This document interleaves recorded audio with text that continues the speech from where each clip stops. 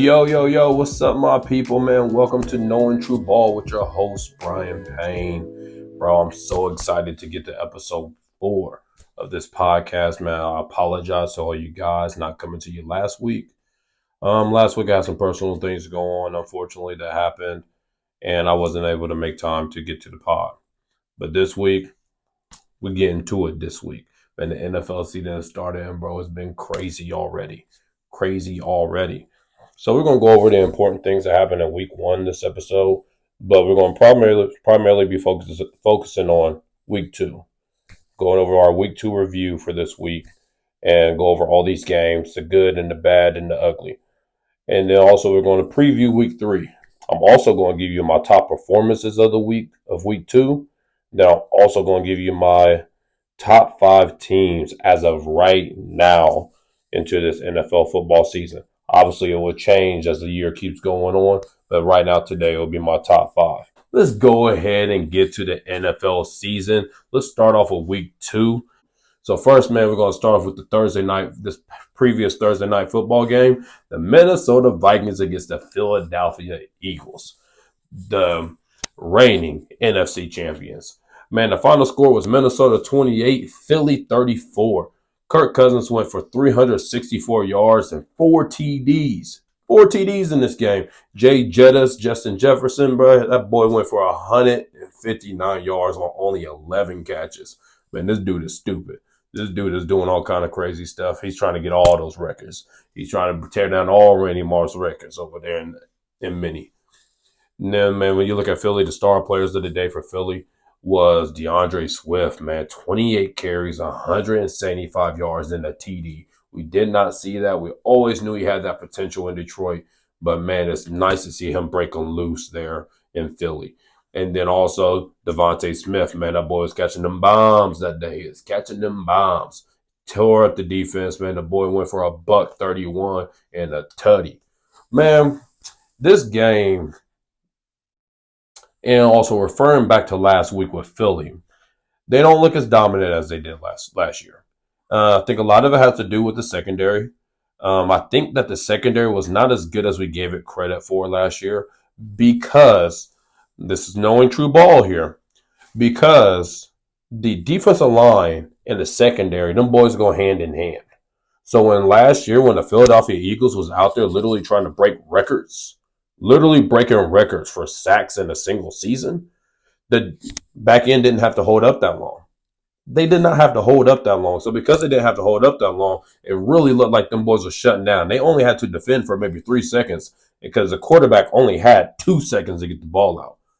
Only 2 seconds. But this year, that pass rush is not the same. So now them boys on the back end has to hold up. Darius Slay, we ain't talking about him. That boy got game. He's handling that side. I'm talking about the other boys. Them other boys are not the same.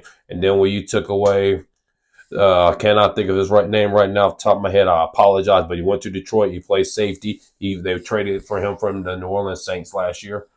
When you pick him, when you got to let him go, you lost a major piece. That was their X. When I say X, I mean that was their guy that kind of floated around the defense, covered the slots, covered the back end, jumped into the 8-man front here and there. That man had those responsibilities. So now when you take him out, it leaves a gaping hole, and they have not filled that hole. And then also the offensive line is scaring me a little bit for Philly. It looks more like they just didn't have a preseason, because none of the starters played. And it just looks like that they just need to get some work and work through all the rust and get back into the rhythm. So I think they'll get there. But as of so far, they are a little bit of concern. They are not blowing guys off the ball as well as they did last year. So hopefully they keep building that up. Jalen Hurts, he looks the same to me. It's just that they haven't had to explode yet. And obviously, like I said, the offense is working through some rust. So they just haven't hit that tip-top point yet. But they will get there as the season progresses.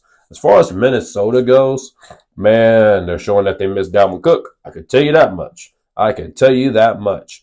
Now, granted, the Philadelphia's run defense is stout this year. It is stout. But, man, Minnesota, you got to run the ball a little bit. You got to run the ball. And this is one of those games that Kirk Cousins got to build on his stats because they were losing the whole game. When you're losing the whole game like that, you cannot run the football, let alone they couldn't run the ball anyway. So now when you cannot run the ball and you don't have the time, because when you run the football, the time is always clicking. It's always going. It's not stopping. When you're passing the football, it will stop here and there, which gives you more time to come back into the game. So that's why they threw the ball so much, and that's why the man ended up with 364 and 4 tutties, which is cool, but it's also a statement of your team was trailing the whole game, and obviously you still lost the game. So man, we'll see what these teams end up building on. Man, the Minnesota defense is they need some work. They need some work, but I will say this, Brian Flores, he does have a good grasp on how to rush. He is blitzing well. He showed a real blueprint of how to slow down Jalen Hurts. We'll see if a lot of teams pick up on that and see what they do with that. But Minnesota, they got some improving to do. Like I told you guys, they had a lot of close, lucky wins last year. I do not think that's going to follow up again this year. And that's why I did not have them making the playoffs. But it's dope that these boys are still a very entertaining team. They're always going to be fun to watch. When you got Jay Jettis and Kirk Cousins, and also let me mention him, Jordan Addison, having a heck of a start to his rookie year. I do think that Kirk Cousins should target him a little bit more, get him more involved, because if you take that pressure off of Justin Jefferson a little bit, now it actually opens up more of the field and more of the offense. And maybe when you showcase that he is a true number 2 wide receiver, maybe they'll back up a little bit, or maybe you could get Alexander Madison going with the run game. So we'll see if Minnesota keeps building on that. They are in a weaker division, so they still have a chance to maybe win their division. But that's the only way that they're making the playoffs is if they win that division. So that's what we're going to talk. That's all we're going to talk about with the Thursday night football games. So let's move on to the Sunday night games. Man, let's start with the Green Bay Packers and the Atlanta Falcons. Bro, that game was actually interesting. And it was actually kind of crazy to watch because, man, when you watch that first half, Green Bay came out and smacked Atlanta in the mouth, and Atlanta was down big. But what was beautiful about Atlanta, they stuck to their script. They kept running the football. They did not fall into a chasing the Green Bay Packers game. They stayed to their script, kept doing what they do. Honestly, I know Arthur Smith is from Tennessee, but they look a lot like Tennessee was looking back when Tennessee was making it to the AFC Championship games. So let's go over the stat lines of this game. Man, we had Jordan Love go for 151 and three tutties. So he did throw 3 tutties, but not a lot of yards. And then we got Desmond Ridder. He went for 237, 1 tutty, and unfortunately he threw 1 interception, but I could live with that. But what was nice to see was him getting the ball to Drake London. Last week, Drake London only had 1 target, no catches at all in the game. This is a man that you drafted as the number 5 overall draft pick ahead of Garrett Wilson at wide receiver. And you tell me you only going to throw in the ball 1 time? Please, man, you got to get that man the ball more than that. And this week they did. They made sure that they found the pockets to get him the football. They threw him the ball, I believe, 7 times, and he caught 6 of them for 67 yards and a tutty. Of course, I would like to see that build up a little bit, but also you want Desmond Ridder to grow. Let him grow. You don't want him to make a whole lot of mistakes, destroy his confidence. So you're trying to keep the ball closer to the line of scrimmage, trying to keep him within that 10 to 15 yard range of throwing the football. But Drake London, he could go get that deep ball. He has the potential and the size to maybe be a Mike Evans type of player. It'll be nice if he could get there. We'll see if he gets there, though. But the guy that stole the show, and is a candidate for my top performances of the week is that man Bijan Robinson. Boy, listen. That boy Bijan Robinson, man, his acceleration is close to something I haven't seen before. Obviously, we got Tyreek Hill. I ain't talking about him. He's a freaking alien. We're not talking about Tyreek Hill. But as a running back, the guy is built as stout as he's built. For him to be able to stop on a dime and get up and through, man, that's impressive. And the man's agility might be some of the best agility I've seen in a long time. But the biggest thing I love about him is his one cut. Man, this dude can hit one cut right through the gap, right through the hole, and then use his agility to boom, boom, boom, and get to the next level to try to break off. Man, Bijan Robinson had 124 rushing yards. I believe he only had 15 rushing attempts. Maybe it was 19, but somewhere in that range. That's well over 5 yards a carry. Man, that is beautiful, beautiful. Let alone the fact that he had 48 receiving yards to top that off. Man, I thought that he was a luxury that the Atlanta Falcons was drafting to go along with that running game because Tyler Algier played very well last year and Cordell Patterson was a good player. Obviously, Cordell Patterson, he's hurt, and obviously he ain't Bijan. So Bijan took in that role. But I thought that Bijan was just going to be like a luxury. I didn't think he was going to make a crazy difference, but no, he has legitimately transformed this offense. And man, it's awesome to see. They are a fun offense to watch. Please watch the Atlanta Falcons. They are a fun offense. The only issue I have still is Kyle Pitts. They need to get him more involved. You drafted this man as the number 4 overall player of the year that you drafted him. You got to get him touches. You got to get him touches. How does he finish the game with 2 catches for 15 yards? And last week he only had 2 catches. One of them was a deeper route, so he had about 45 yards, I believe. But you got to get him the ball more. Him and Drake London should be getting about 8 to 10 targets a game apiece. And their stat line should be finishing somewhere around 70 to 80 yards apiece. That's what they should be doing. That's not saying that Desmond Ridder has to throw the ball all over the yard or anything. Desmond Ridder's going to throw the ball 30 times in the game. That's just today's NFL. He's going to throw the ball 30 times. I'm just saying 16 of those 30 need to go to them 2 guys. Another 5 goes to Bijan. There goes 21 of your 30 passing attempts. And then obviously everybody else trickles in after that. I think that's what their offense needs to look like, and they need to find easy catches for Kyle Pitts. That's the problem. His catches tend to be like home run plays, and if it ain't there, you can't get it to him.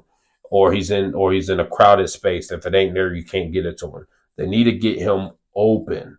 Get him in an open field by himself, just like the Chiefs do with Travis Kelce, just like the Las Vegas Raiders used to do with Darren Waller, what the Giants are doing with Darren Waller now. Darren Waller is actually the one they probably should watch more tape on of how to get Kyle Pitts more involved.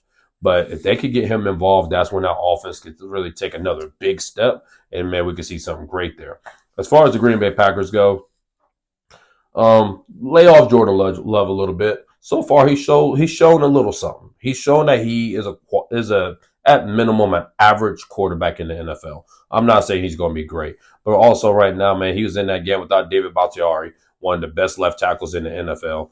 And then he also was without Aaron Jones, one of the best pass catchers out of the backfield in the NFL. Then he's also down his number 1 wide receiver in Christian Watson. And then he was pretty much also down Romeo Doubs. Dobbs is playing through an injury, but he's maybe playing 25 to 40% of the snaps. So that's not a real weapon that you got out there. So he's out there with a lot of rookies, and he's out there with a lot of young guys that are trying to find their way in the league. So please cut him a little bit of slack. That could be part of the reason why his completion percentage is so low. But hopefully he could build that up when those starters come back, and we'll judge them as they go.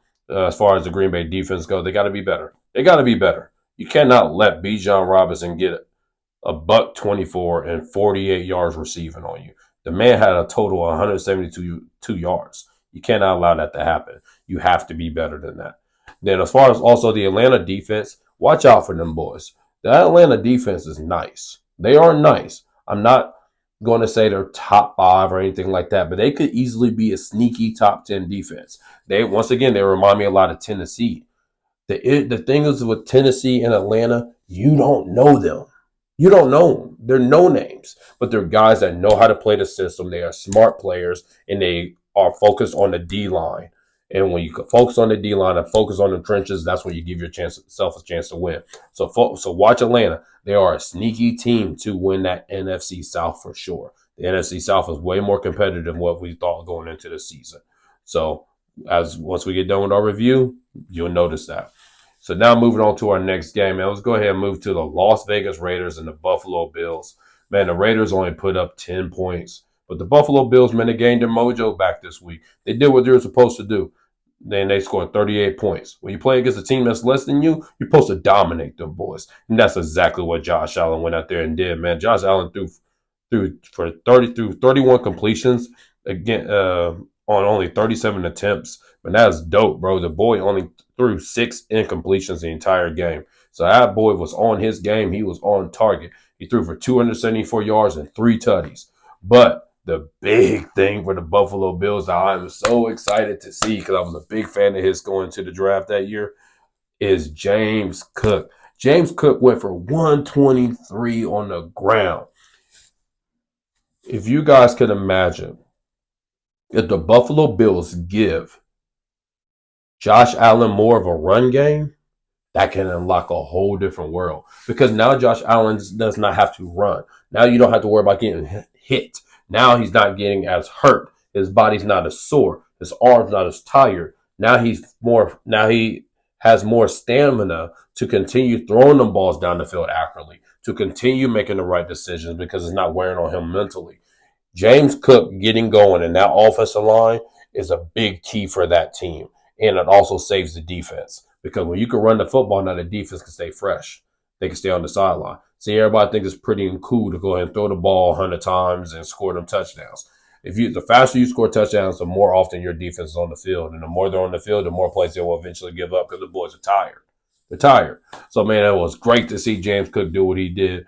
And then also, man, looking at the Las Vegas Raiders, they stood no shot. But the thing that is the most least impressive of it was that Josh Jacobs had 9 carries for -2 yards. -2 yards. Raiders, you do not have a chance if you cannot get your run game going. You have to get it going. Josh Jacobs need to be getting at least 80 yards a game running the football. You need to have a steady running attack because your quarterback is Jimmy Garoppolo. And the only way he is successful is with a steady running attack. That's it. Devontae Adams is Devontae Adams. He's still doing his thing. He had about 80 plus yards receiving, and he got his tutty. But you need more from Josh Jacobs in order to be a quality offense. And also, Jimmy Garoppolo threw 2 interceptions in this game. But that goes back to what I was talking about, man. When the Buffalo Bills shut down that offense, they're rushing. They was able to just focus on the passing game because the score got so wide that all Las Vegas could do was throw the football. So now when they're trying to throw this football, you get more opportunity to throw interceptions against a fresh defense.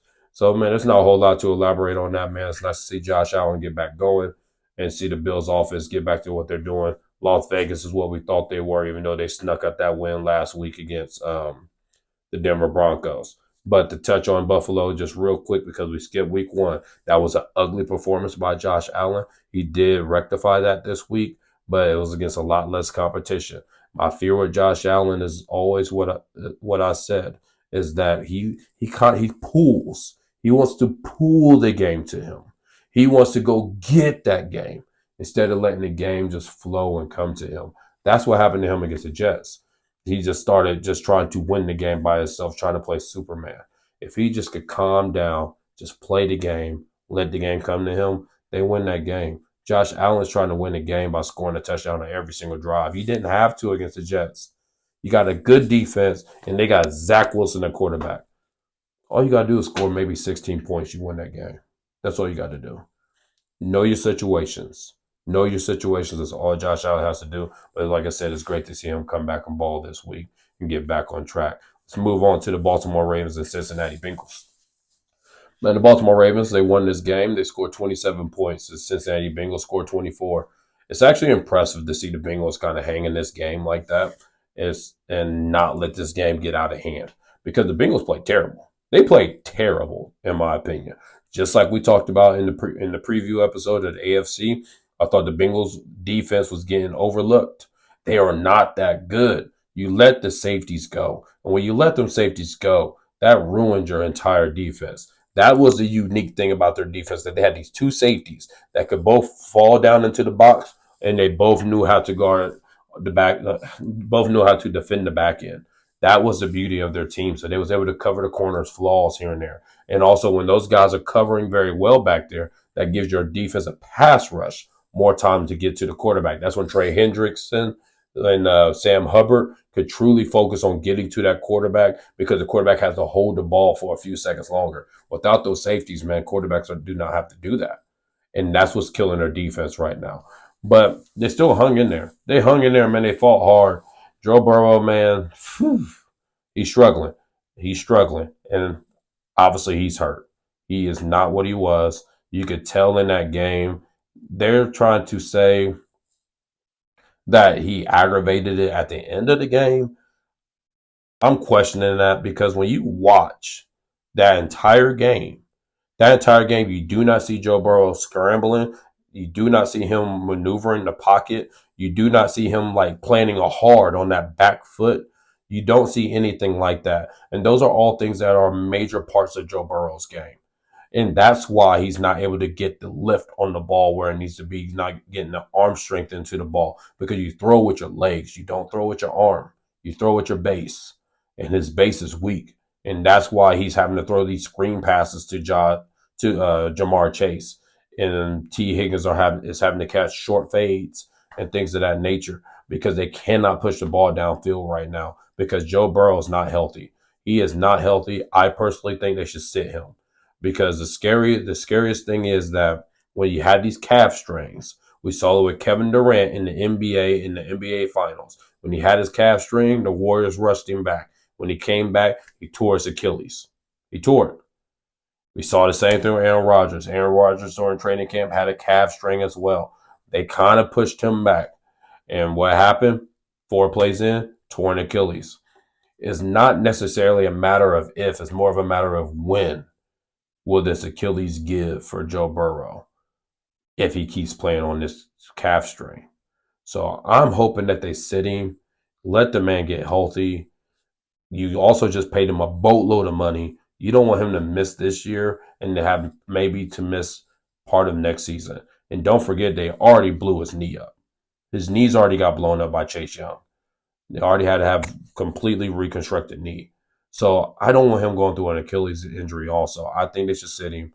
It sucks. I know it sucks that you're trying to contend, but I think it'll be more beneficial for the franchise in the future to go ahead and let him chill, let him sit. And plus, honestly, you're not keeping T. Higgins anyway. You don't have the money. So, hey, if you get a high draft pick, maybe you go after a high wide receiver. So you can still have Jamar Chase and a big commodity wide receiver on the other side. But Higgins, though, he still went for 89 yards and 2 touchdowns. Man, he made up for what happened last week. Him and Burrow just wasn't on the same time last week, but this week you could tell they was getting some mojo back. And it's nice to see T. Higgins get to that. T. Higgins is the number one wide receiver. He's just not the number one in this team. It's just Jamar Chase. That's all. But Jamar Chase, man, they need to expand the offense some more. They need to start doing some different things. They've gotten spoiled with just being able to throw Jamar Chase a screen pass and he just take it to the crib. Man, actually have him run a route tree because he can. He can run the whole route tree. Let him run the whole route tree. Get him in space. Get him open. And get the boy the football. There's no reason why he's having 5 catches for 31 yards. What that tells me that you're throwing him only screen passes and short slants. That's it. He's far better than that. So we'll see what they continue doing with that. But let's go ahead and go to the Baltimore Ravens. The Baltimore Ravens, man, their defense is actually impressing me right now because they have a lot of injuries on the back end and Marcus Williams and Marlon Humphrey not being there. But this is the beauty. We talked about this in the preview episodes. They have 2 sideline to sideline linebackers. That is messing up everybody because those 2 guys are in the middle. So when they could float sideline to sideline, Jamar Chase has nowhere to go. There's somebody there to hit you every single time. And they're also killing the run game because those boys can get to Joe Mixon quick, fast, and in a hurry. So, man, it's nice to see that defense doing that. It's kind of look like the old Ravens defenses in the sense of just like wanting to hit, wanting to play, and coming at you. That's cool to see. But it's also nice to see this offense grow with Lamar Jackson. Lamar Jackson went 24-33, which is nice for him because his completion percentage has always been on the lower side. That's not necessarily high, but that's solid. That's solid. And he went for 237 and 2 touchdowns. And what's nice about it is that he didn't have to depend on his legs. He's been having to depend on his legs, and that's why he runs so much. But it's nice seeing the offense open up. It's nice seeing him get to the variety of wide receivers also. Zay Flowers, Nelson Aguilar, OBJ, Mark Andrews. All these boys have good receiving days. Good receiving days. Nobody had a great day. I think 2 of them had about 60-plus yards. 2 more had about 40-plus yards. But, man, when you got that diversity in the receiving game, that opens up so much for you. So much for you. So it's nice to see. It's also nice to see Gus Edwards and Jeremy Hill fill into that running back role pretty solidly. So, man, keep an eye on Baltimore. They will continue rising because that offense will continue getting better as the year progresses. Moving on to the Seattle Seahawks and Detroit Lions. This is my issue with the Detroit Lions, okay? I think that they're overrated. I do. I do. I think they're overhyped. And when I say overhyped, I'm not saying they're a bad team.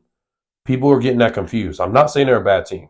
They're going to finish with a solid record. They're going to finish somewhere around 8-9, 9-8, maybe 7-10, maybe 10-7. But they're going to be in that ballpark. They're not up here. They're not elite. They have a good, talented offensive line. But outside of that, their running backs are solid. At best, they're solid. Now, if Gibbs take a step, that could be a big deal. But we'll see how that goes. Amon St. Brown, he's a dog. As we saw in this game, man, the man had 102 yards. It was also nice to see from the Lions that number 2 wide receiver is taking place in Reynolds. 66 yards, 2 touchdowns. That's a nice guy to have because also when you get Jameson Williams back, it may also expand that offense even more. Jared Goff did have a good day. He had a good day. I'm not throwing no shade at Jared Goff.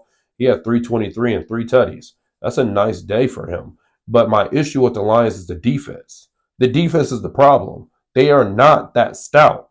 So now when you are just giving up these points, you're having to score the points to win the game. It reminds me a lot of Minnesota. A lot of Minnesota.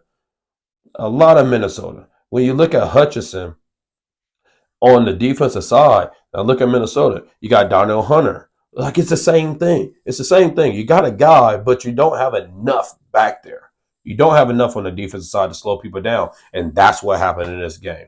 That's how Seattle scored 37 points and ended up winning this game in overtime. Because you let Geno Smith, who can play, I'm not saying he can't play, but you let Geno Smith go for 328 and 2 touchdowns. He negated everything great that you guys did on offense. He had 328. Goff had 323. There it is. That's your game.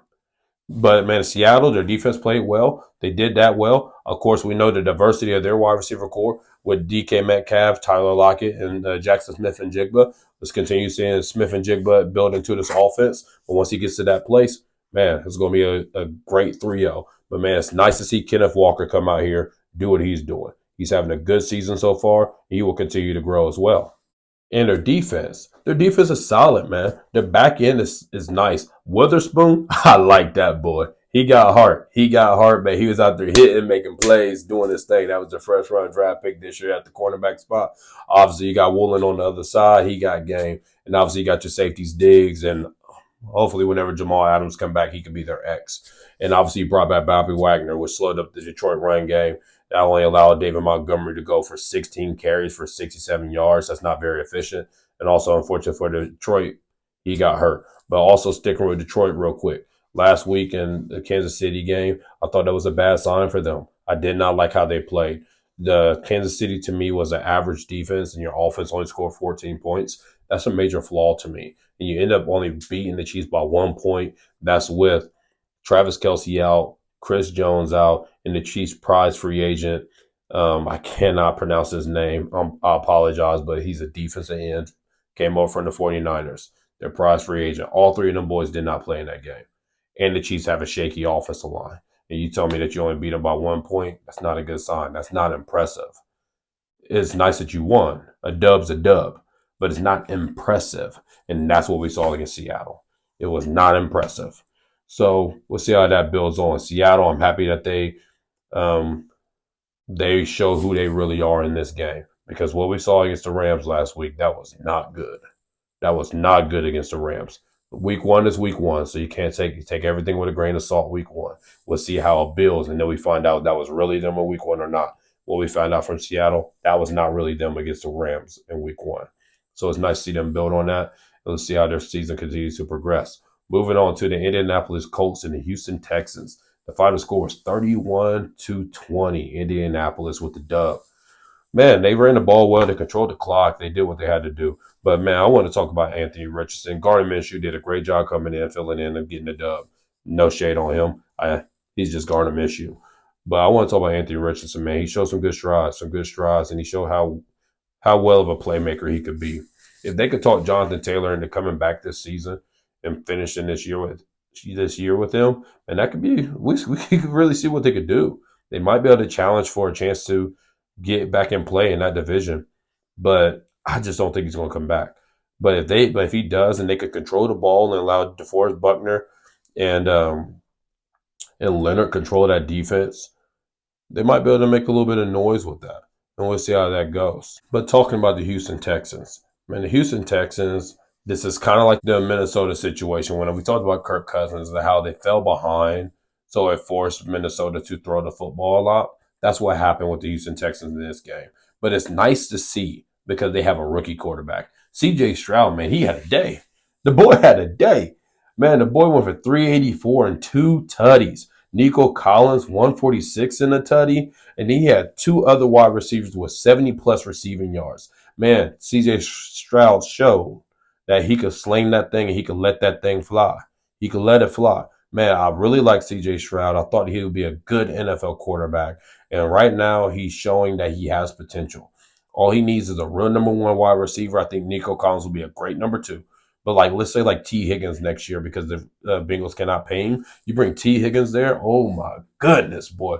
Houston could be something special down there. I told you guys in the AFC preview episode that I liked how young their team was, and I liked the building blocks that they have, and that they could keep building on these blocks. And as the season progresses, we see where they go. We've already seen a drastic difference from week 1 to week 2. Granted, the defensive competition went down maybe a notch, but it's still nice to see that CJ Stroud is showing how effective he can be throwing the football and reading defenses. It's nice to see. But moving on now to the Kansas City Chiefs Jacksonville Jaguars game. Man, this is the biggest letdown of the week. The biggest letdown of the week. First of all, KC let down last week as well. Shoot, I actually think the Jaguars let down last week as well too. They definitely underestimated what Indianapolis could do. They should not have been in that situation at all against Indianapolis. But Kansas City, man, as we all know, they lost that game by dropping balls left and right against the Detroit Lions and not capitalizing on the opportunities that they had. But this week, Patrick Mahomes went for 305 and 2 touchdowns. Obviously, the Chiefs got Travis Kelce and Chris Jones back, and Chris Jones made the difference. Man, the Chiefs did not let up a touchdown at all. In 2 games, the Chiefs has only let up 2 touchdowns. That is impressive. I highly underrated our defense, the Chiefs' defense, and it's nice to see how good they really may be. They really may be. Jacksonville, I thought, will have one of the best offenses in the NFL this year, and I still think they will by the end of the season. But to see them shut down Trevor Lawrence to only 216 yards, 2 fumbles, he lost 1. Man, that's crazy. They shut down Calvin Ridley to only 32 yards. This is the same guy that had pretty much 100 yards at halftime last week against Indianapolis. And then Travis Etienne only got 40 yards on the ground. The Chiefs are not supposed to be a good run defense. Man, it's nice to see what the Chiefs end up doing. But the one thing I hope the Chiefs will start doing more is running the football. Isaiah Pacheco had 12 carries for 70 yards. Man, we need to give him the ball more. He's gaining more than 5 yards a carry, and he did it. He also ran well last week against Detroit. Continue giving him the football. Continue letting him do his thing, and that will also help open up the wide receivers because the wide receivers, they're growing. It's going to be a week-by-week progression.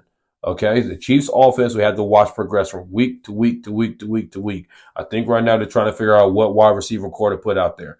I personally think they should put Valdez-Scantling on the outside, let him run his post routes, let him do what he does. Then I think Sky Moore should be the slot. Travis Kelce should be also in the slot. And then Kadarius Toney should be our X wide receiver. That wide receiver, I'm saying he'll be doing the crossing routes. He'll be doing the deep digs. He'll be doing the screens, things like that. That's where Kadarius Toney should come into play.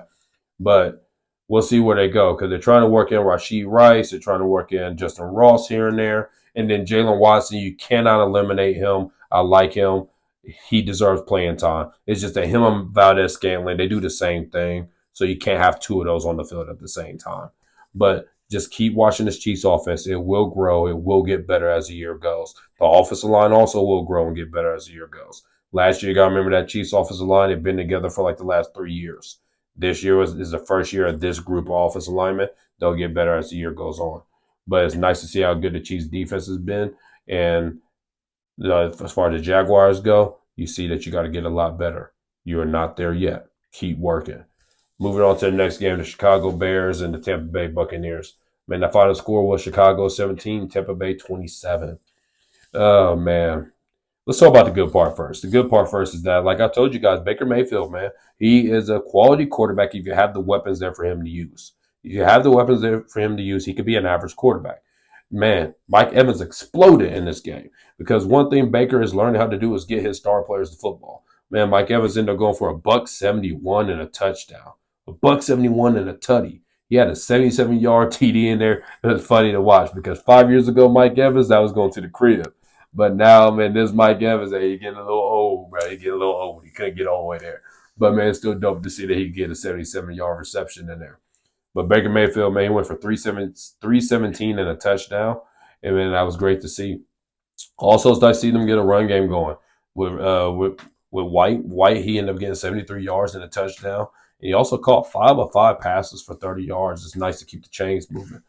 But it's nice to see what the Buccaneers offense is doing and what they are becoming. But the biggest thing that I want to talk about the Buccaneers is that their pass rush seems to be okay right now. But more importantly, the middle linebackers. You got Levante David and you got Devin White.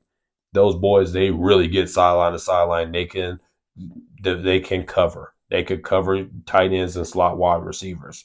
So with that being the case, people are talking about Justin Fields not running the ball in that game. Only 4 carries for 3 yards. Also, where was he going to go? He's not that much faster than Devin White.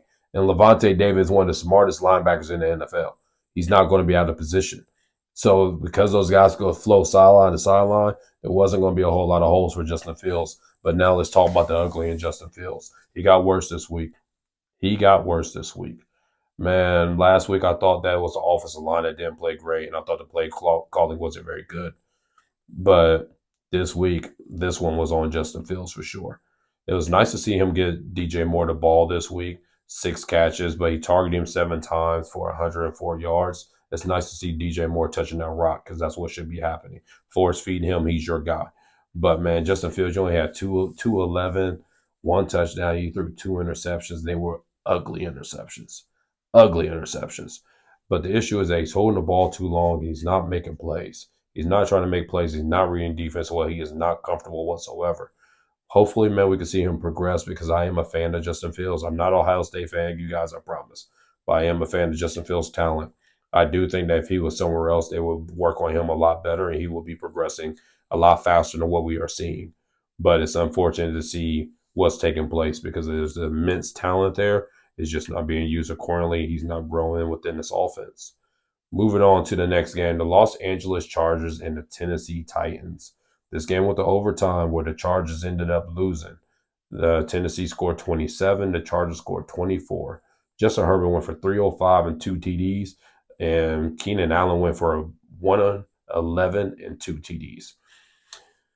The offense is never going to be the problem with the Chargers. That's not going to be the problem. Justin Herbert is not a turnover machine. That's not the problem. The issue is just the Chargers is one of them teams that somehow it seems like they lose a game. Somehow they lose the game. And in this case, I think it's because they can't run the football.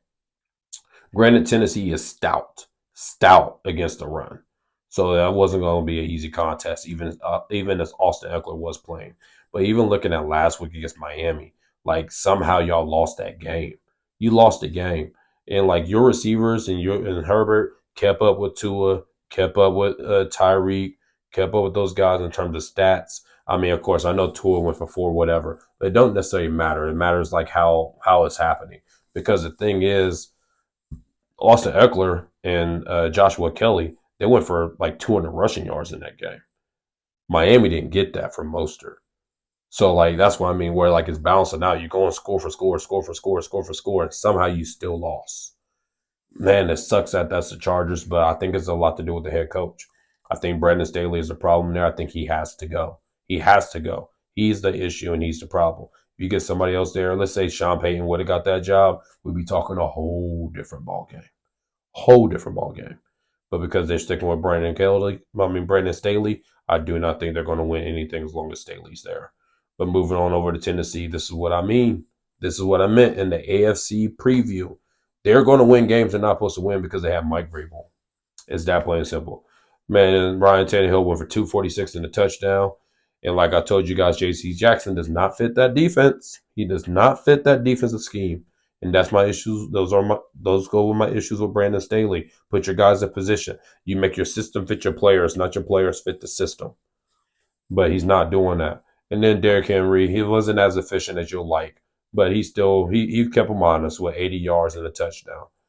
But those boys, they just kill the clock, kill the clock, kill the clock. It's boring, but they're getting there and they get themselves in positions to win the game.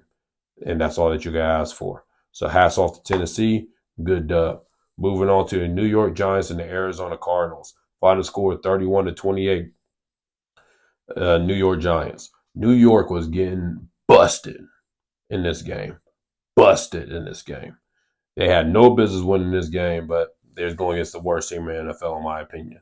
So they was able to come back. Daniel Jones ended up finishing this game with 321 yards, 2 touchdowns, threw 1 interception, but most importantly, he had 59 rushing yards. Barkley ended up getting 63 rushing yards to go with 29 receiving yards, but he got 2 tutties in this game. So it's kind of nice to see the offense get going. Kind of like the Bills. Yeah, you want to get an easy matchup, but it's nice to just see something flow. Get something flowing to go into next game. Right in the next game, they're playing against San Francisco 49ers. We'll talk about that in the week 3 preview. But it's nice to see them get a little something going, get a little bit of momentum, and now they can just move forward and build off of what they end up doing in this game. Unfortunately, Saquon Barkley got hurt. That's going to be a big deal for them. And talking about the Arizona Cardinals, we could talk about him. Josh Dobbs got 228, a touchdown, 41 on the ground and a touchdown. And James Conner got 106 and a touchdown. James Conner is pretty impressive. It's pretty impressive for Josh Dobbs as well. That also says more about the Giants' defense. Y'all got to be better. You got to be better. You cannot let these two do that against you. There is no way that should have happened in that game. But you guys allowed it to happen. And that's unfortunate. But there ain't too much to talk about because these guys don't really have a future there because they're just trying to tank and they're trying to go to the next season. They're trying to lose as many games as they can to get the number 1 overall draft pick. So we're just going to keep on moving on. We're not going to waste our time. We're just going to say, New York Giants, you better get better. You better get better fast because you should not have been losing that game like that. Moving on, San Francisco 49ers and the Los Angeles Rams. San Fran 30, LA Rams 23. Man, I am very impressed with the LA Rams. Very impressed. We have no idea who's on this team, especially on the defense. The only guy we know is Aaron Donald. We don't know nobody else on that defense. But, man, to see this offense, see Matt Stafford still be able to get 307 passing yards, 1 touchdown. Unfortunately, he threw 2 interceptions, but he was forced to try to make plays at this point in the game. But seeing Nakua, the wide receiver, the 5th-round draft pick from BYU, go off for 15 catches for 147 yards? Is this the next Cooper Kupp? Cooper Kupp might get traded. Like I said, boy, you don't need him. Why not get the things back for him? So we'll see how that goes. But, man, it's really nice to also see Tutu Atwell take a step. He's taking a major step, man. Those boys are playing good football. They're not going to trade Cooper Kupp because Matt Stafford don't want him gone. But it's nice to see other guys able to make plays in that offense. And it's nice to see Kyron Williams become a real running back for them. Cam Akers was not the answer, but this guy, he might be the answer there. So it's nice to see that they're finding some young guys, some young talent. They're able to build on this. And when you get Cooper Kupp back, it'll open up things even more, give you a steady veteran presence in the wide receiver room that you could keep building and keep building and keep building. And they may mess around and sneak into the playoffs. We'll see how that goes because the NFC is just not as strong. But let's talk about the winning team finally. San Francisco 49ers. There just isn't a whole lot to talk about. I mean, the defense, they let up more plays than what they should have let up. But also, I feel like it's a lot of smart play from Matt Stafford and Sean McVay. So you can't really jump on them about that. But it's nice to see what their offense did. Nice to see Christian McCaffrey go for a $116 and a touchdown. It's also nice to see Brock Purdy not turning the football over, just managing the game, doing what he's supposed to do. He got a rushing touchdown in the game. But it's also really, really nice to see Deebo Samuel get back to doing Deebo Samuel things. 6 catches, 63 yards, 38 rushing yards, and a touchdown on the ground. He's becoming that weapon next for that offense, and that's what they need to see. So there ain't really a whole lot more to talk about with them because those boys are just elite, and we know what they are. So let's move on to the next game. The New York Jets against the Dallas Cowboys. There's not going to be a lot to talk about in this game. But the New York Jets, they scored 10 points. The Dallas Cowboys won the game scoring 30. Dak Prescott, man, he went for 255 in the touchdown. CeeDee Lamb went for a buck 43. Man, I'm actually really enjoying how this Mike McCarthy offense is looking. What I really love was how much they were moving CeeDee Lamb around. Moving around, get him on the matchup that he needs to be in, get him in the spots to make plays. And that's what you need to do. Obviously, Pollard, he's not playing bad at all. He's playing well. He's playing solid football as well. And that was a good defense that they went against. This game did not blow open until like late in the third quarter when Micah Parsons, a possible MVP candidate, straight up stripped the ball from Dalvin Cook. That's when the game started breaking loose. Until that point, it was a game, and the Jets defense was trying to hang in there. They were trying to hang in there. And Zach Wilson did not play bad, man. He did not play a bad game. He was playing well until that point when the game started breaking open. But when it started breaking open, he had to start trying to make plays. When you gotta make plays, you put yourself in dangerous situations. That's what they was forced to do. So it's the only thing I would like to see more from Zach Wilson is, man, you got to get the ball to Garrett Wilson. Garrett Wilson can not only have 2 catches in this game. Now, because Garrett Wilson's great, he had 2 catches for 83 yards and a touchdown. So, I mean, he still was effective in this game. But the biggest issue with the Jets, y'all got to run the football. You got to run the football. Breece Hall and Dalvin Cook should never combine for 8 carries in the game. Those 2 boys should have 8 carries and a half apiece at minimum. You do not have Aaron Rodgers, Nathaniel Hackett. Run this football. Put these guys in position to run the football. They both should be getting the ball. Breece Hall should be getting it 20 times a game.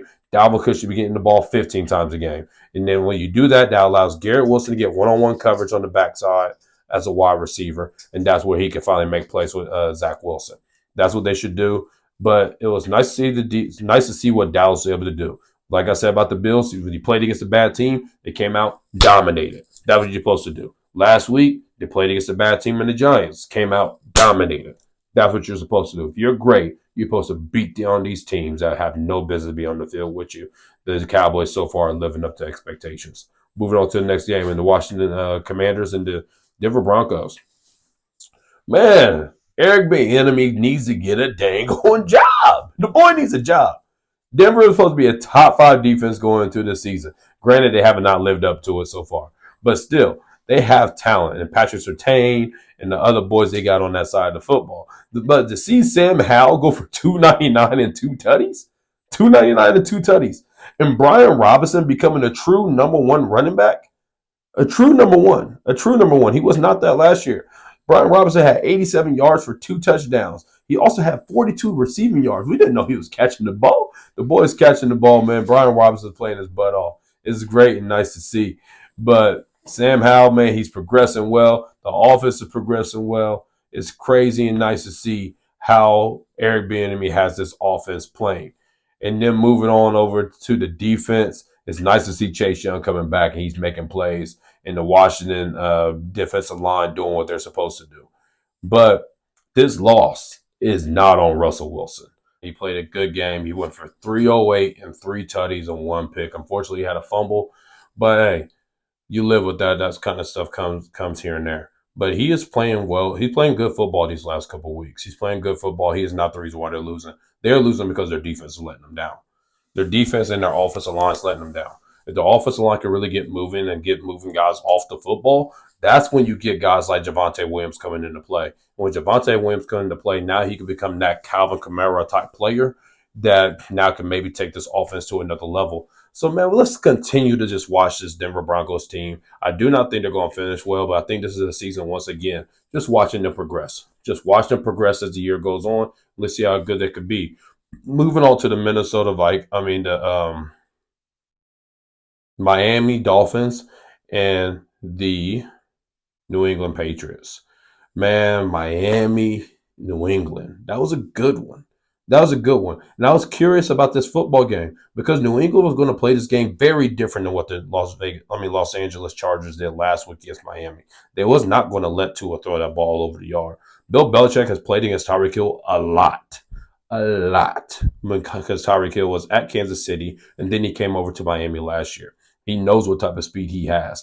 But the good thing for Miami is that you also have a guy like Jalen Waddle. So you really got to back up. When you back up like that, what happened? you opened up the field for Raheem Mostert to go crazy. Raheem Mostert ended up finishing the game with 121 rushing yards and 2 tutties. 121 and 2 tutties. Tua, he went for 249, a touchdown and interception. That's a solid game. That's a solid game. He did not play bad. He did not play bad. He did his job, did what he was supposed to do. It would have been nice to get a touchdown near the goal line. I want to say they kicked the field goal in the red zone at one point. Of course, you'd like to get that touchdown. But Tua did not play bad. He played a really good, sound football game, and he did not make no losing plays. So that's the beauty of what they have going on. And also, man, I'm gonna give some love to Mac Jones. Man, Mac Jones, he's not playing bad football. He's not playing bad football. They're just not good enough. They're just not good enough. It's not plain and simple. But the New England Patriots defense, now that is good enough. You held a Miami Dolphins team to 24 points. You also played well last week as a defense against Philly. Like you made Philly, like they worked for that W. They worked for that W. So man, it's nice to see what New England's doing. Just like I said about Tennessee, they're a well coached team. Well coached team. When you go against those well coached teams, man, they can win some games they ain't supposed to win. But this time they didn't win, but they're still in that mix. Moving on to the next game, New Orleans Saints against the Carolina Panthers. Man, my issue with the Saints is that offense needs to be better. Now, kind of like what I said about other teams, watch them progress. They will get better as the year goes on. They will. But their schedule's weak, and that's why I got them winning this NFC South. That's why I got them finishing as a top 4 seed in the NFL. And I think I had them going 12-5, I believe. But their offense, man, Derek Carr, he only went for 228, but and only an interception. He didn't throw any touchdowns. That's a problem. We need to get him throwing touchdowns. I mean, their running back, their third string running back, Jones Jr., he ended up getting 2 touchdowns. But I need some more. I need some more. Well, let's wait until Alvin Kamara comes back. Because when he comes back, that can open up more things for the passing game. Because the defense, you got to be concerned about Alvin Kamara. He's a true weapon out there. But it is nice also to see Chris Olave still get 85, 86 receiving yards. And it's nice to see Mike Thomas get back to doing some Mike Thomas things. Like he was getting a lot of first downs. He caught 7 passes, I believe, for only 55 yards. But that's like a Mike Thomas stat line. So it's nice to see them get into that. And that's why I'm saying that offense definitely can build. But that defense is playing good football. The issue is that the offense is not putting them in good places. The defense probably could have held Carolina to maybe 3 points in this game, to be honest. But the issue was the offense did not help them. Them boys was on the field a lot. Them boys was getting tired. But them boys, they still played through it. Bryce Young, he just looks like a rookie. He looks like a rookie with no weapons because he's a rookie with no weapons. They have no weapons on the outside for him. He's just trying to do what he could do. Just watch him progress. This year is just about him just learning the NFL and becoming a starting NFL quarterback. Hopefully next year they can get some pieces there. We can start judging him off of what he has going on. But until then, let's just watch them boys play football and hopefully they get him some talent next year. But going on to our last game of week 2, the Cleveland Browns against the Pittsburgh Steelers. Cleveland ended up losing this game by only scoring 22 points, and the Pittsburgh Steelers scored 26. Man, I'm gonna talk about the ugly. Just go get the elephant out the room. Deshaun Watson is not looking that good. He is not playing well. He is not playing well at all. I believe that he could be better.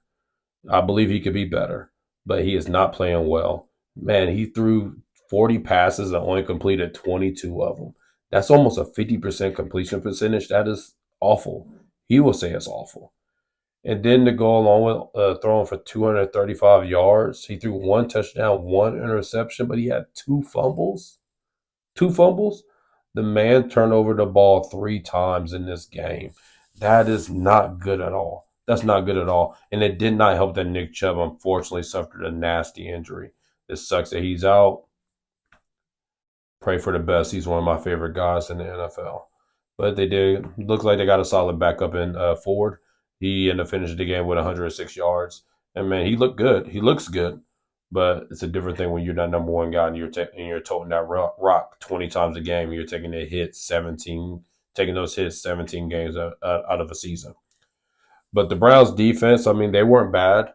They weren't bad at all. I mean, part of their issue was that the offense put them in bad spots. I mean, the Browns defense only let up 12 points the entire game. That's all they let up. The defense scored 14 for the Pittsburgh Steelers. But that Pittsburgh Steelers defense was elite. They were elite against the Cleveland Browns. TJ Watt doing TJ Watt things. I was actually surprised at how much they kind of controlled the pass rush, the passing game from the D line because Casey Hayward's out. But it was nice to see them do that, man. They look like the Pittsburgh Steelers on defense. Of course, their run defense needs to step it up. But honestly, they've been struggling as a run defense for years now. So I'm not really expecting too much. Kenny Pickett, got to do better, man. He only completed 50% of his passes, going 15 to 30 for 222 yards and a touchdown, and he also threw an interception. But he got to do better. He got to do better. But part of it is because of Matt Canada. He's not allowing him to read the whole field. You could tell he's only reading half the field at a time. But what was nice was that they finally started targeting George Pickens. I think they should be targeting him what they did this game 10 times. Hopefully he could throw more catchable balls. Talking about Kenny Pickett, there was a lot of slant routes that like kind of got thrown into the dirt. But if he could throw better balls to him, man, Pickens can really help Kenny Pickett a lot. A lot. Pickens ended up getting only 4 catches, but he still went for a $127 and a touchdown. Get him the ball. Get him the ball. That's your best offensive weapon.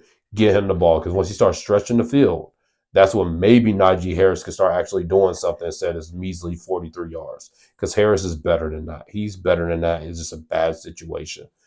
It's a bad situation. But man, that's our review of week 2. That's the review of every single game of week 2. Moving on to our top performances of the week.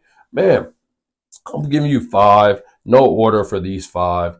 These are just the 5 things that really stood out to me. We're going to start off with some defenses, man. The Pittsburgh defense, man, them boys, they won that game. Without them, they lose that game. They won that game. They scored 2 touchdowns and forced 4 turnovers for the game. Man, that is dope, bro. That's a defense handling their business and a defense doing what they're supposed to be doing. And then also, we're going to talk about the Dallas Cowboys defense, of course. They only let up 10 points this week, let alone the 0 that they let up last week. To go with 3 sacks this week and 4 more turnovers, man, like I said, they did what they're supposed to do. When you play against a bad team, you're supposed to dominate a bad team. They went out there and they dominated a bad team. Well, a bad offense. And my top performers on the offensive side of the football, Bijan Robinson is probably my top performer this week for the offensive side of the ball. 172 total yards. Yeah, he didn't score a touchdown, but he controlled that game. He controlled that game. He controlled that game to the point that even though they were losing most of the game, you still felt like Atlanta was going to win because you knew that Green Bay could not stop that guy. They could not stop number 7. And I think it's dope he's wearing number 7. The best athlete on the field is wearing number 7 again, just like how Michael Vick did. Yeah, they played 2 different positions, but it's kind of cool to see.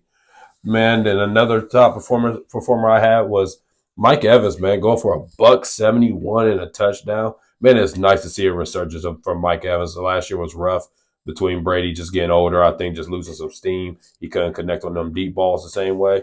But, man, it's nice to see Mike Evans getting back to it. And then my final top performer of the week is going to be Josh Allen. Only throwing 6 incompletions, going 31 for 37, 274 yards, 3 touchdowns, getting his mojo back. Man, that's dope. I got some qualifiers for this. You got to win your game to be a top performer of the week. And sometimes, man, I'm not going to necessarily bring up a guy that's doing what he's expected to do. Patrick Mahomes, for example, going for 305 and 2 touchdowns. Yeah, you did that, but it wasn't very impressive as a team. So, like, that's why he's not being brought up here. But those guys are my top performances of the week. And I will also go over my top 5 teams after week 2. Man, my number 5 team is actually going to be the Baltimore Ravens. I think a lot of the teams you could sub in at number 5. But I'm going with the Baltimore Ravens, man. Their defense is looking solid. I love the linebackers going sideline to sideline. I love the progression that I've seen from the offense so far. My number 4 team is the Philadelphia Eagles. Why? Because, one, they're defending NFC champions. They have not lost yet. And they still got Jalen Hurts. The offense still looks good. Their defense now, instead of them being stout against the pass, this year they're stout against the run. And their offense will continue to grow and get better. So that's why Philly's number 4 for me. Number 3 for me is the Dallas Cowboys. This is strictly mainly because of the level of competition. The level of competition that they played against have not been great at all. You played against one good defense, one bad defense in the Giants. You played against 2 bad offenses because with Aaron Rodgers out, obviously after tearing his Achilles for the New York Jets, that's a bad offense now. But, yeah, you guys are doing what you're supposed to do. Keep doing that. You will keep on rising in each rankings. But right now, you're number 3. Number 2 for me is the San Francisco 49ers, simply because I think they played against better competition than the Dallas Cowboys have so far. That's all. Pittsburgh is a better defense, and the Rams are proven to be better than what we thought they were. And then my best team in the NFL right now, in my opinion, is the Miami Dolphins. They played against good teams, two good teams, well, one talented team and one well coached team. And they handled their business in both of those games, and they won impressively. And they dominated in areas of the game that I was not expecting them to be able to dominate the way that they were. For example, against the Chargers, dominating the passing game the way they did, like those tackles holding up, even though they do not have their left tackle Armstead right now. The tackle still held up against Joey Bosa and Khalil Mack, and they took advantage of the safeties, and they took advantage of the passing attack. I think that was dope, man. Tua right now is maybe the most impressive quarterback in the NFL so far in 2 weeks. And then their defense impressed me against the New England Patriots. To hold the New England Patriots' best rusher and Ramondre Stevenson to only 50 yards, I think it was a big deal, man, especially when you're coming off of last week giving up a bunch of yards. But what you're kind of showing me is that you gave up the yards rushing against the Chargers because you were defending the pass. And against the New England Patriots, you focused on stopping the run and you was giving up the pass, which showing me defensive versatility, which means that you can win several different ways. So that's why they're my number 1 team. So now let's go ahead and preview week 3. And then we're going to do this real quick. It ain't going to be long at all. Do this real quick. Get out of here. And we're done for today. Thursday Night Football, New York Giants against San Francisco 49ers. New York Giants ain't got a chance. San Francisco's going to blow them boys out the water. It ain't going to be close. It's going to look a lot more like the Dallas Cowboy game against the Giants once again, just like week 1. Sunday, 1 p.m. games. Man, we got the Colts against the Ravens. We'll see if Anthony Richardson plays. He plays. That's going to be interesting to see with the Ravens linebackers being able to go sideline to sideline, keep up with Richardson, and lay a hat on him. I think Richardson needs to be more careful with his body, though. I got the Ravens winning that one. I think their offense is too explosive for the Colts to keep up. Titans at the Cleveland Browns. I'm going with Tennessee Titans. They're going to shut down the run game, and Deshaun Watson has not looked good since he's been back. Going into even last season, he has not played a good game, in my opinion, since he's been back. So I'm going with the Tennessee Titans. I think they're going to control the game with the run game. It'll be low scoring, though. Then going to the Falcons at the Detroit Lions. That's going to be a very interesting game. I actually think that's going to be very close. I think that's a 50-50 game. I'm leaning the Detroit Lions only because they're the home team, but I would not be shocked at all if the Atlanta Falcons win that football game. Going to the next game, the New Orleans Saints against the Green Bay Packers. Oh, man, I got the New Orleans Saints winning this game. The Packers ain't got all their weapons. I just think the Saints are a better football team. Period. It's going to be ugly for the Saints just like the last 2 weeks because Green Bay has a talented defense, but the Saints will end up pulling this game out as well. Then the next game we're going to talk about is the Houston Texans against the Jacksonville Jaguars. At the Jacksonville Jaguars. I think the Jaguars are going to redeem themselves this week. I see them scoring 30 points easily this week, and they're going to showcase that they are an offense that we should be reckoned with. Then the next game we got going on is the Denver Broncos at the Miami Dolphins. I think Miami Dolphins are going to play well against the Denver Broncos. I think it'll be a semi-close game. Like, Miami's never going to, pull away, but they'll win by a touchdown. Then we're going to the LA Chargers against the Minnesota Vikings. This game is interesting because both teams can't play defense. Both teams can't play defense. And the Chargers got the best quarterback on the field in Justin Herbert, but the Vikings had the best player on the field in Justin Jefferson. So we'll see how that plays out. That's a 50-50 game. I'm going to go ahead and go with the Minnesota Vikings simply because they're the home team, but that's going to be a good game to watch. Watch that game because that game will be very entertaining. There'll be a lot of points scored in that game. The next game we're going to talk about is the New England Patriots against the New York Jets. I'm actually going to go with the New England Patriots winning this game. Their defense is elite, and I don't think the Jets are going to be able to move the ball well against the New England Patriots. And then our final 1 p.m. game is the Buffalo Bills against the Washington Commanders. This is a sneaky game. Watch this game because the Bills' weakness is the offensive line, and the strength of the defense for the Commanders is the defensive line. If they could get after Josh Allen and get Josh Allen a little rattled, they can make him make a lot of mistakes, just like we saw him do against the New York Jets. Watch this game. This will be a good game to watch. The Bills should still win, but I think this game is going to be a lot closer than what people are thinking. Moving on to our 4:05 game, we got the Carolina Panthers at the Seattle Seahawks. I think Seattle Seahawks is going to win that game. It's easy, not a whole lot to discuss. You got young Bryce Young going to the 12th man. He ain't ready for that smoke, and Carolina Panthers ain't got nothing to take there with him. So going on to our 4:25 p.m. games, we got the Dallas Cowboys playing against the Arizona Cardinals.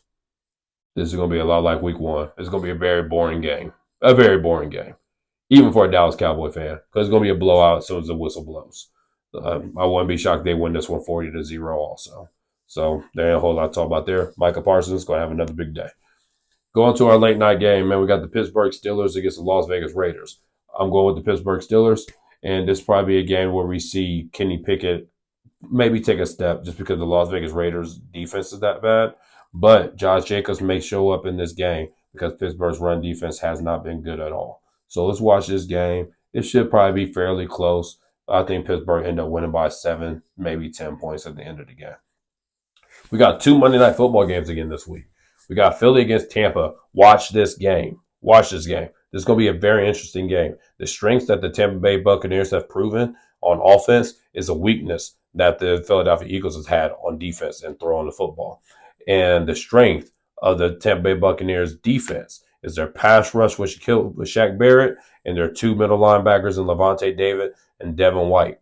If them boys can hold the Deandre Swift and Jalen Hurts in check running the football, this could be an interesting football game. Kind of like I was saying with the Bills game against the Commanders, I'm still going to go with Philly to win this game, but it's going to be a good one.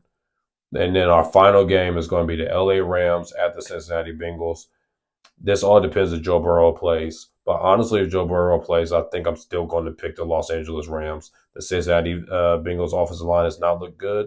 The Rams defensive line is looking good with Aaron Donald being fully healthy. And the Rams offense is looking good as well. And the Cincinnati Bengals defense, I don't trust them. I don't trust them without them safeties, and they were not replaced.